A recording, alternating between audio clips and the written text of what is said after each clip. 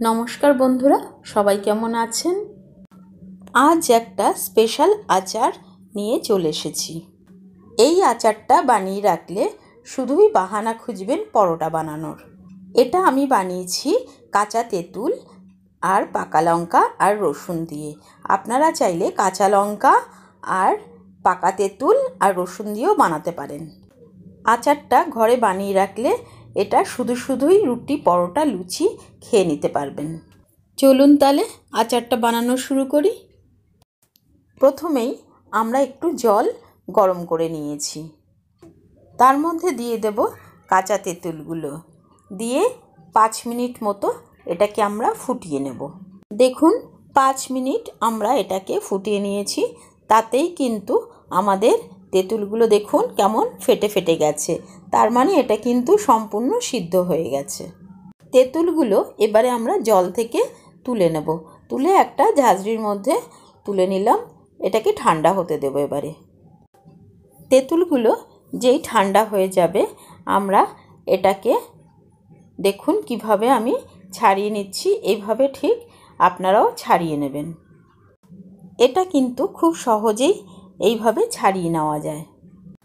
আমরা যে তেঁতুলের খোলাটাকে রেখেছিলাম সেই খোলাটা একটু জল দিয়ে এটাকে ভালো করে গুলে এটা জলটাকে আমরা ছেঁকে নিয়ে নেব। আমরা যে তেঁতুলটা বের করে রেখেছিলাম তার মধ্যেই কিন্তু জলটা ছেঁকে এইভাবে রেখে দেব। এবার যে লঙ্কাগুলো ছিল লঙ্কাগুলোকে আমরা এইভাবেও কেটে নিতে পারি, না হলে কিন্তু আমরা লম্বা লম্বাভাবেও কেটে নিতে পারি। একটু বড় বড় করে কেটে নেব, আপনার ইচ্ছা মতন আপনি কেটে নিতে পারেন।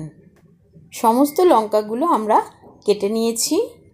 এবারে আমরা রসুনগুলোকে নিয়ে নেব, রসুনগুলোকে একটু থেতো করে নেব। এবার একটা কড়াই নিয়ে নেব, কড়াইতে দিয়ে দেব একটু সর্ষের তেল। তেলটা যেই একটু গরম হয়ে যাবে আধ ভাঙা আমরা রসুনগুলোকে এবারে দিয়ে হালকা ভেজে নেব। মিনিট 2 ভাজার পরে দেখুন এখনও কিন্তু এর রঙটাও চেঞ্জ হয়নি, তার মধ্যে দিয়ে দেব আমরা কেটে রাখা লঙ্কাগুলো। লঙ্কাটা দিয়েও কিন্তু আমরা এটাকে একটু ভেজে নেব, বেশি ভাজবো না, 1 মিনিট মতো ভাজলেই কিন্তু এটা হয়ে যাবে। এবারে দিয়ে দেব আমরা যে তেঁতুলটাকে ছাড়িয়ে রেখেছিলাম সেই তেঁতুলটাকে আমরা এর মধ্যে দিয়ে দেব।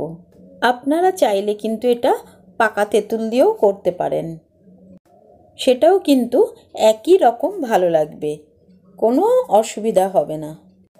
এবার দিয়ে দেব আমরা এর মধ্যে স্বাদ অনুযায়ী লবণ, আমি 2 চামচ মতো লবণ দিয়েছি। এবার আমরা এর মধ্যে দিয়ে দেব হাফ বাটি মতো গুড়, আমি এখানে ব্যবহার করেছি। এবার আমরা এর মধ্যে দিয়ে দেব 1 চামচ কাশ্মীরি রেড চিলি পাউডার। এবার সব একসাথে ভালো করে মিশিয়ে নেব। গুড়টা দেওয়ার পর আমাদের এর থেকে একটু জল বেরিয়েছে, একটু জলটাকে আমরা শুকিয়ে নেব। এবার আমরা দিয়ে দেব এর মধ্যে 2 চামচ ভিনিগার। ভিনিগারটা দিলে আপনাদের আচার বহু দিন কি বহু বছর ভালো থাকবে। যখন দেখবেন ঠিক এরকম শুকিয়ে গেছে, এর থেকে কিন্তু আর বেশি শুকাবেন না, তাহলে কিন্তু একদম বেশি ড্রাই হয়ে যাবে। যখন দেখবেন এরকম হয়ে গেছে এই অবস্থাতেই নামিয়ে নেবেন, কারণ ঠান্ডা হয়ে গেলে কিন্তু আরেকটু শুকিয়ে যাবে। এটা আপনারা নামিয়ে ঠান্ডা করে তারপরে জারে ভরে রাখবেন, বহু দিন পর্যন্ত ভালো থাকবে। দেখতেও যেমন সুন্দর হয়, খেতেও কিন্তু খুবই সুন্দর হয়। আপনারা একবার এত সহজ একটা আচার আপনারা একবার বাড়িতে বানিয়ে দেখতে পারেন।